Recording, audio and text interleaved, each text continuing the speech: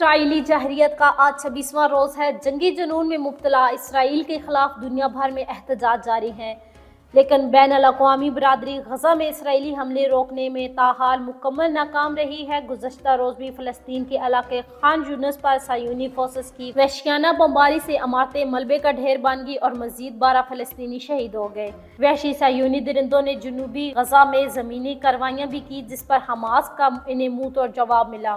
Hamas کے حملے میں 9 فوجی ہلاک ہو گئے۔ حماس کی جانب سے تل ابیب اور اشدود پر بھی راکٹ فائر کیے گئے۔ غزہ کی پٹی میں حنین کیمپ پر اسرائیل کے حملے میں 2 رپورٹر جانوں سے ہاتھ دھو بیٹھے۔ 7 اکتوبر سے اب تک غزہ میں اسرائیلی حملوں میں کم از کم 8,525 فلسطینی شہید ہو چکے ہیں، جبکہ دوسری طرف اسرائیل میں 1400 سے زیادہ افراد مارے جا چکے ہیں۔